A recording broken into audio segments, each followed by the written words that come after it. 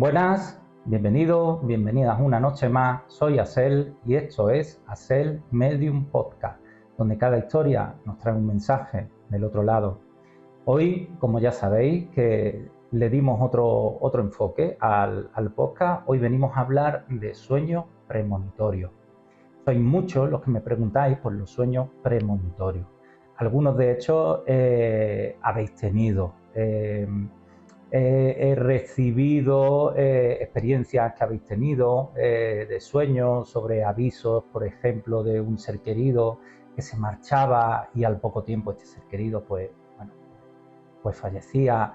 En fin, sois muchos los que, parece que no, pero sois muchos los que tenéis sueños premonitorios. Yo, por ejemplo, en mi caso, también los tengo. Yo solo que me vienen con simbolismo. Yo, por ejemplo, si sueño que se me caen los dientes o algo así, sé que alguien, pero siempre de mi círculo cercano, de mi familia, se va a enfermar o va a fallecer. Y hoy vamos a hablar sobre estos sueños premonitorios que algunos de vosotros tenéis, pero quiero traer los tres casos más famosos. Quiero que veáis que hay muchas personalidades muy famosas de hace mucho tiempo que han tenido estos sueños premonitorios, incluso avisándoles en muchos casos de su propio fallecimiento. O sea que esto se remonta muy en el tiempo. Voy a hacer un repaso por los más importantes, como decía. Empezamos con David Booth, ¿vale? Al finales de los años 70, David Booth vivía en Cincinnati, Ohio. No era una figura pública ni alguien relacionado con el mundo de lo paranormal. Llevaba una vida ordinaria, trabajaba y mantenía una rutina estable. Y pasaba desapercibido entre millones de estadounidenses. Quienes lo conocían lo describían como una persona tranquila, reservada y un poco dada a llamar la atención. No escribía libros sobre fenómenos psíquicos, no participaba en grupos espirituales y no tenía antecedentes conocidos de experiencias sobrenaturales. Su vida transcurría dentro de la normalidad más absoluta. En la primavera del 79, Estados Unidos vivía una época intensa de tráfico aéreo. Volar se había convertido en algo cotidiano. Los grandes puertos del país movían miles de pasajeros cada día y los aviones comerciales representaban la modernidad y la rapidez de la época. Durante aquellos días de mayo, David Booth comenzó a tener dificultades para dormir. La primera noche tuvo un sueño especialmente vívido. Se encontraba observando un aeropuerto. No recordaba haber visto el nombre del lugar, pero la escena era claramente la de una terminal aérea. Frente a él había un avión comercial de gran tamaño, uno de esos aparatos que transportaban a cientos y cientos de pasajeros. En el sueño, el avión inclinaba el despegue. La pista se extendía bajo la aeronave mientras los motores rugían con una fuerza ensordecedora. El aparato aceleraba, levantaba el morro y se separaba del suelo. Durante unos segundos todo parecía normal. Entonces el avión se inclinaba bruscamente hacia la izquierda y la maniobra no parecía que fuera una maniobra controlada. El aparato perdía estabilidad, descendía y de forma repentina terminaba impactando contra el suelo en una enorme explosión de fuego y humo negro. David se despertó sobresaltado. La intensidad del sueño le impresionó, pero pensó que se trataba de una pesadilla aislada. La noche siguiente volvió a soñar exactamente lo mismo. El aeropuerto, el gran avión, el despegue, la inclinación repentina, la pérdida del control y el impacto y la explosión. Al despertar, la sensación de realidad era tan fuerte que permaneció alterado durante gran parte del día. La tercera noche, el sueño regresó una vez más. Esta vez comenzó a fijarse en detalles que no había recordado antes. El accidente ocurría muy poco tiempo después del despegue. No se trataba de un problema en pleno vuelo, sino de una catástrofe que se producía casi inmediatamente después de que el avión abandonara la pista. El fuego era especialmente intenso. Las imágenes permanecían grabadas en su memoria incluso horas después de despertar. Las noches siguientes el patrón continuó. El mismo sueño se repitió durante 10 noches consecutivas. Cada noche La secuencia era prácticamente idéntica, un gran avión comercial despegando, inclinándose de forma anormal pocos segundos después y estrellándose en una enorme y fuerte explosión. David empezó a notar lo que recordaba al levantarse. Cada mañana escribía la secuencia de acontecimientos tal como la había visto durante la noche. El sueño se había convertido en una obsesión. Finalmente decidió comunicarlo a las autoridades aeronáuticas y se puso en contacto con la FAA, el organismo responsable de la aviación civil en Estados Unidos. Según el relato posterior del caso, explicó que estaba teniendo sueños repetidos sobre un gran accidente de un avión comercial. La persona que atendió la comunicación fue Jack Baker, director de los asuntos públicos de la FAA. Booth no pudo proporcionar un número de vuelo ni una fecha exacta, pero describió la secuencia que veía cada noche. Un gran avión despegando, perdiendo el control poco después y estrellándose de una forma catastrófica. La comunicación quedó registrada antes de que ocurriera el accidente que haría famoso el caso. 4 días después, del 25 de mayo del 79, el vuelo 191 de American Airlines se preparaba para despegar del Aeropuerto Internacional de O'Hare de Chicago. La aeronave era un McDonnell Douglas DC-10 con destino a Los Ángeles. A bordo viajaban 258 pasajeros y 13 miembros de la tripulación. Era una tarde normal, en uno de los aeropuertos más concurridos del mundo. A las 3:02 de la tarde, el avión inició la carrera de despegue. Los motores aceleraron y el DC-10 avanzó por la pista hasta alcanzar la velocidad necesaria para elevarse. El aparato levantó el vuelo y apenas unos segundos después ocurrió el crítico fallo. El motor número 1, situado en el ala izquierda, se desprendió de la aeronave, junto con una parte de la estructura de soporte. La separación del motor dañó sistemas esenciales y provocó la pérdida de varias funciones aerodinámicas. El avión comenzó a inclinarse hacia el lado izquierdo, tal como Booth vio en su sueño. La tripulación intentó mantener el control, pero la situación se deterioró con extrema rapidez. Menos de un minuto después del despegue del DC-10, descendió de forma descontrolada y se estrelló en un campo cercano al aeropuerto. La explosión fue gigantesca. Murieron las 271 personas que se encontraban a bordo y 2 personas que estaban en tierra. La noticia ocupó inmediatamente las portadas de todo el país. Las imágenes del avión envuelto en llamas se repitieron una y otra vez en televisión. Cuando David Booth vio las primeras informaciones, reconoció la secuencia que llevaba 10 noches soñando. Un gran avión comercial, un despegue aparentemente normal, una pérdida súbita del control pocos segundos después del despegue y un impacto seguido de una enorme explosión. Jack Baker, el responsable de la FAA, que había recibido la llamada, recordó inmediatamente la conversación mantenida con Booth antes del accidente. Tras la tragedia, investigadores interesados en fenómenos relacionados con los sueños y la percepción anómala se interesaron por su historia. El caso fue recogido en publicaciones especializadas sobre experiencias premonitorias y se convirtió en uno de los ejemplos más citados de sueños relacionados con desastres aéreos. Los elementos que se repetían en todas las versiones del caso eran los mismos: la repetición del sueño durante 10 noches consecutivas, la descripción del accidente ocurrido inmediatamente después de despegar y la comunicación realizada a la FAA antes de la tragedia del vuelo 191. Con el paso de los años, el caso de David Booth pasó a formar parte de la literatura clásica sobre sueños premonitorios. Su nombre quedó asociado para siempre al accidente del vuelo 191 de American Airlines, una de las catástrofes aéreas más graves ocurridas en territorio estadounidense.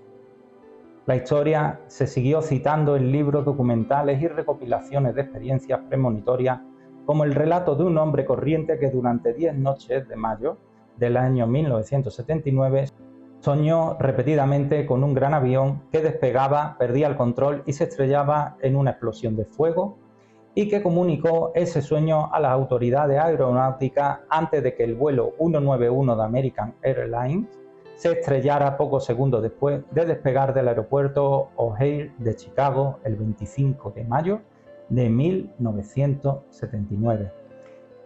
Estos chicos es uno de los más importantes. Ahora veréis más, y a mí el que me sorprende más es el que viene después, pero bueno, fue un caso muy importante.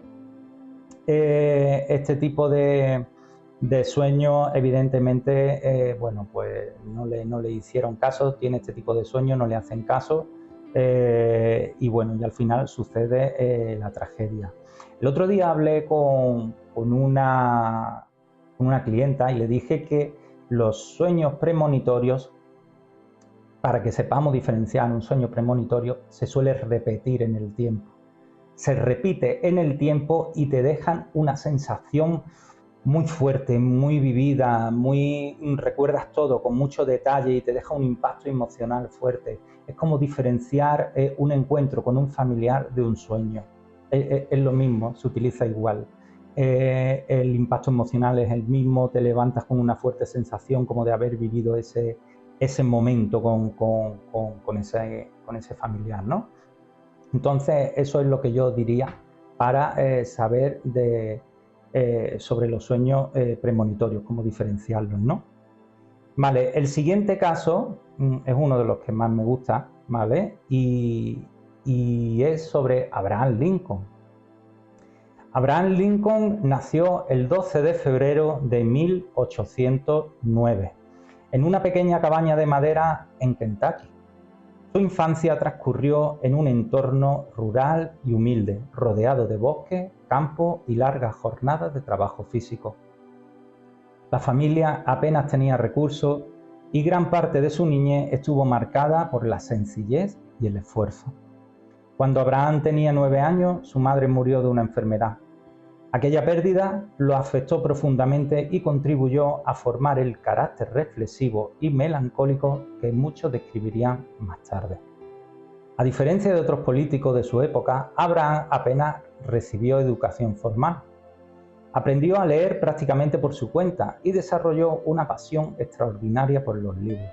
Leía de noche junto al fuego, copiaba fragmentos en hojas sueltas y memorizaba discursos enteros. Con el tiempo trabajó como leñador, barquero y dependiente antes de estudiar Derecho de manera autodidacta.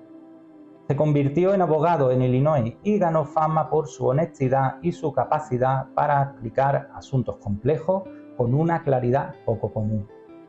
En 1860 fue elegido presidente de Estados Unidos.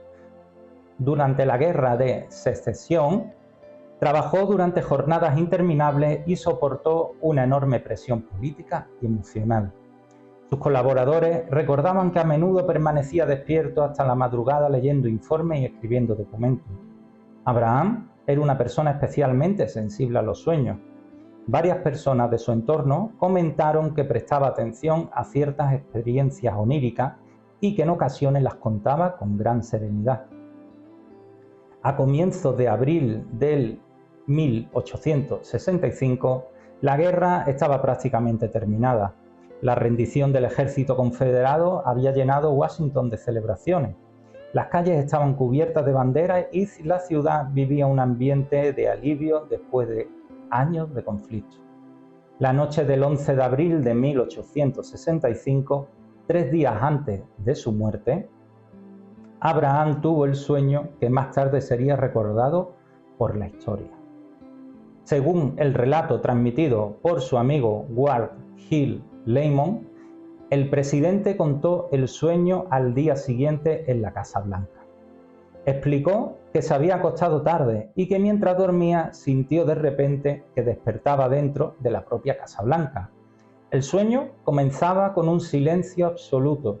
La residencia presidencial estaba extrañamente quieta. Entonces empezó a escuchar sollozos lejanos. No eran gritos violentos, sino un llanto contenido. el sonido de muchas personas llorando en diferentes habitaciones. Abraham se incorporó lentamente de la cama. Permaneció unos segundos inmóvil, escuchando. Los sollozos continuaban. Se levantó y abrió la puerta de su dormitorio. El pasillo aparecía iluminado por una tenue luz amarillenta que venían de las lámparas de gas. Las paredes proyectaban sombras largas y el eco de sus pasos resonaba en la madera pulida del suelo. Comenzó a caminar. A cada paso el sonido del llanto parecía más cercano. Entró en una primera habitación que estaba vacía. Pasó a otra estancia y también estaba vacía. Siguió avanzando por los corredores de la Casa Blanca mientras los sollozos aumentaban de intensidad. Descendió por la escalera principal. La atmósfera era profundamente fúnebre. Al llegar a la planta baja, vio puertas abiertas y grupos de personas vestidas de oscuro. Nadie hablaba, todos tenían el rostro abatido. Las miradas estaban dirigidas hacia una gran sala iluminada al fondo de un corredor. Abraham avanzó hacia ella. Finalmente entró en el salón este de la Casa Blanca, la estancia utilizada para ceremonias oficiales y funerales de Estado. La sala estaba llena de gente. En el centro había un catafalco cubierto con telas negras.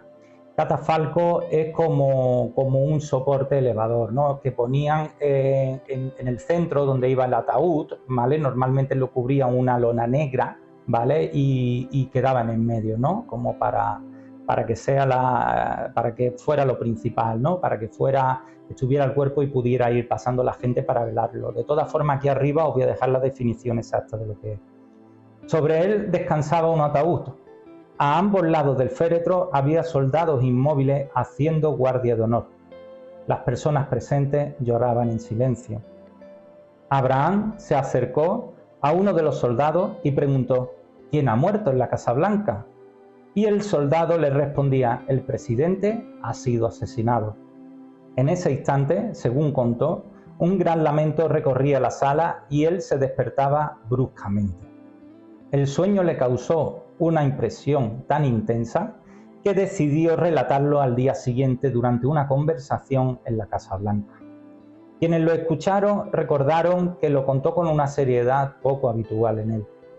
3 días después, el 14 de abril de 1865, Lincoln asistió a una representación teatral en el Ford Theatre de Washington junto a su esposa Mary Todd Lincoln. La obra era Our American Cousin. El presidente ocupó el palco presidencial decorado con banderas de la Unión. A las 10:15 de la noche, el actor John Wilkes entró en el palco por la parte trasera y disparó a Lincoln en la cabeza a quemarropa. El presidente se desplomó inmediatamente. Fue trasladado a la casa Petersen, situada justo enfrente del teatro. Durante toda la noche, médicos, miembros del gobierno y familiares permanecieron junto a él. A las 7:22 de la mañana del 15 de abril del 1865, Abraham Lincoln murió. Su cuerpo fue llevado posteriormente a la Casa Blanca. El féretro presidencial fue colocado precisamente en el salón este, en el mismo lugar que Lincoln había descrito en su sueño.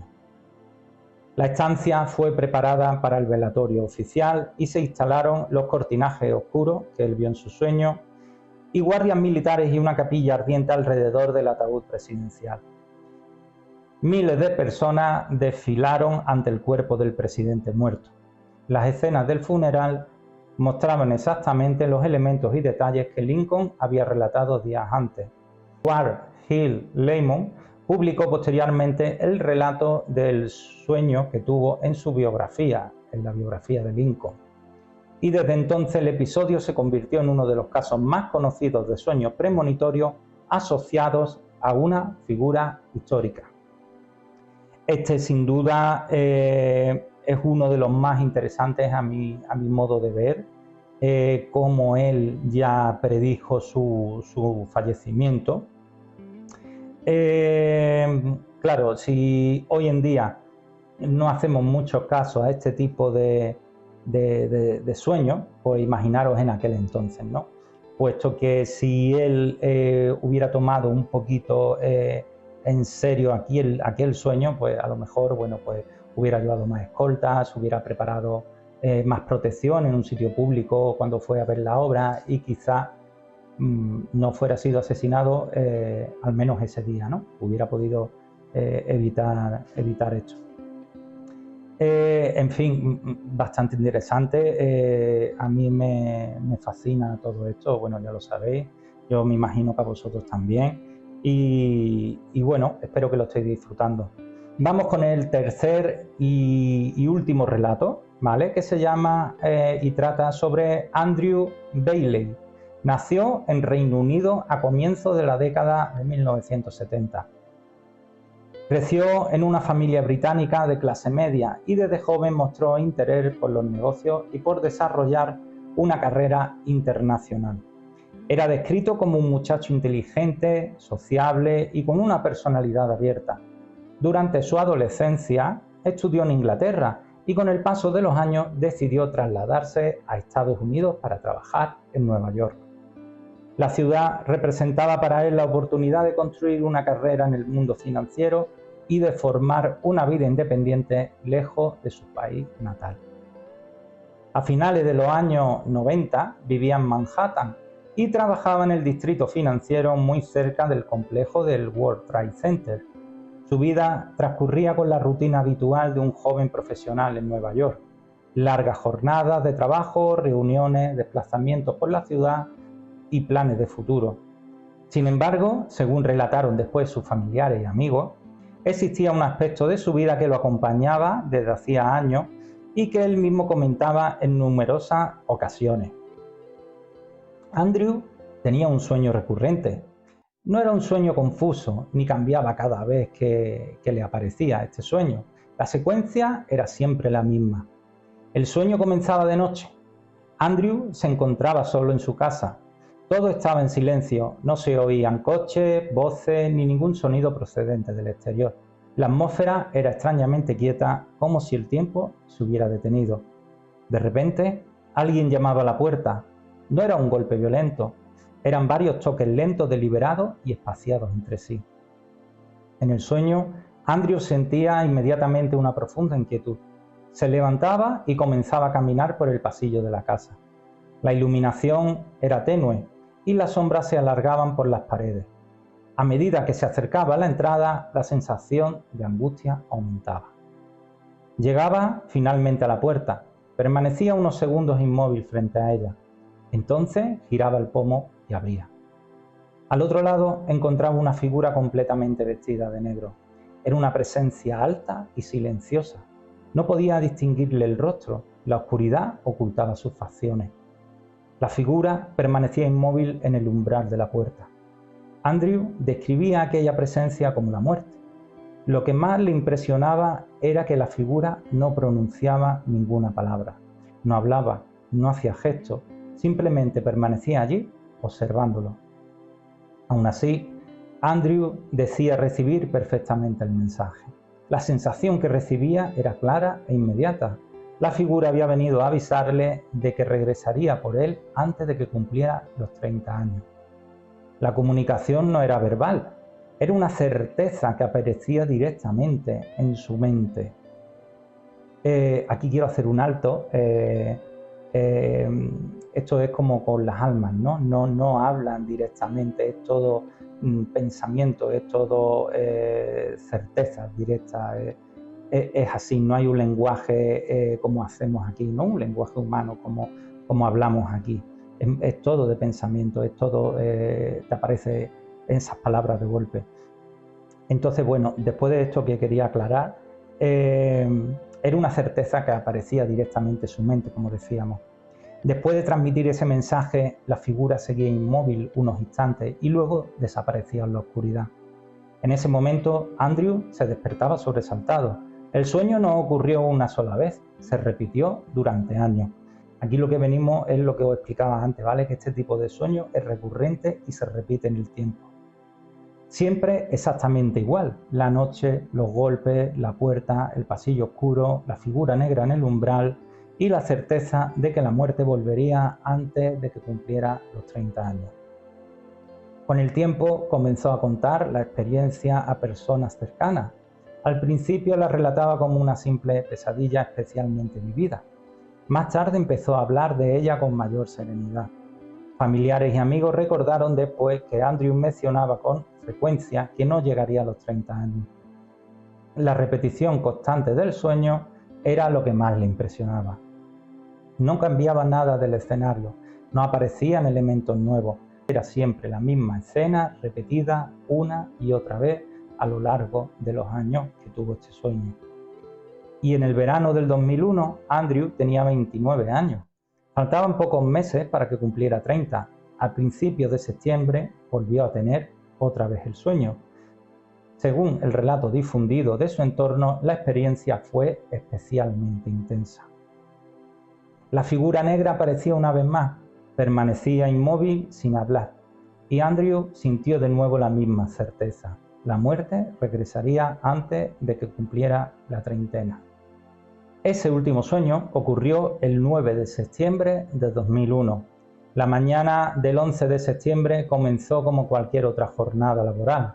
Andrew salió de casa y se dirigió al distrito financiero de Manhattan, donde trabajaba en el complejo del World Trade Center. A las 8:46 de la mañana, el vuelo 11 de American Airlines impactó contra la Torre Norte. Estas imágenes creo que se han quedado grabadas en la memoria de todos cuando pasó aquello y recordamos cómo fue casi con detalles milimétricos. Entonces, bueno, todos sabéis de dónde está hablando y nos podemos meter en la atmósfera de cómo fue. Como decía, a las 9:03 de la mañana del vuelo 175 de United Airlines impactó contra la Torre Sur y miles de personas quedaron atrapadas en los edificios. Andrew se encontraba en el World Trade Center cuando ocurrieron los ataques. Las torres comenzaron a llenarse de humo, polvo y escombros mientras se desarrollaba la evacuación y los equipos de emergencia intentaban acceder a las zonas afectadas. A las 9:59 de la mañana, la Torre Sur colapsó. A las 10:28 de la mañana, la Torre Norte también se derrumbó. Andrew Bailey murió en el atentado. Tenía 29 años, no llegó a cumplir los 30.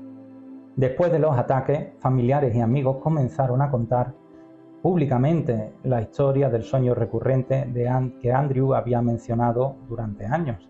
Recordaron especialmente la escena de la puerta, la figura negra que él identificaba como la muerte y el mensaje silencioso de que volvería por él antes de alcanzar los 30 años. Bueno amigos, este ha sido el último relato, el más actual que tenemos ahora mismo, que bueno, pues fijaros cómo venía él soñando ese sueño desde hace años y cómo justamente, bueno, pues fallece antes de cumplir, como le había predicho los sueños, antes de los 30, bueno, en este terrible atentado que sufrieron en las Torres Gemelas, ¿no? Bueno, espero que os haya parecido interesante. Espero haberos aclarado algunas dudas. Ya sabéis, yo lo que diferencio de los sueños premonitorios, ya os digo que sobre todo es la repetición en el tiempo y los detalles, que se te quedan muy, muy marcados. Yo, por ejemplo, no me vienen, como diría, como a ellos, ¿no? Que a lo mejor lo ven, vienen, ¿qué va a pasar? No. A mí lo que me vienen por simbolismo, como ya he dicho, por ejemplo, que se me caen dientes, bueno, y tengo más simbolismos, ¿no? Pero bueno, digamos que de enfermedad y de fallecimiento que me ha pasado con familiares que luego han fallecido. He estado soñando previamente durante meses que se me caían los dientes. No tiene por qué ser, no quiero que todo el mundo piense ahora que se le caen los dientes o que esto es como no. Da la casualidad que a mí, ¿vale? Da la casualidad que a mí, pues bueno, pues un simbolismo que me... que lo vincula con esto, ¿vale? No quiere decir que para todo el mundo sea lo mismo. Mis simbolismos para mí tienen un significado y para vosotros puede tener otro. Cada uno tiene que saber lo suyo. Pero para mí sí es así. Y cada vez que lo sueño, me pego varios meses soñándolo en el tiempo. O sea, que son sueños recurrentes, es a lo que voy. Y aparte de ser recurrente, se os queda esa sensación de haberlo vivido realmente, o sea, os deja un impacto emocional muy fuerte. Entonces, bueno, por ahí podéis vosotros pensar que puede ser un sueño premonitorio. Bueno, espero que os haya gustado. Para mí ha sido muy interesante, la verdad, compartir estos relatos con vosotros. Y bueno, pues nos veremos en el siguiente episodio. Así que nada, cuidaros mucho, un abrazo de luz, un beso y os quiero.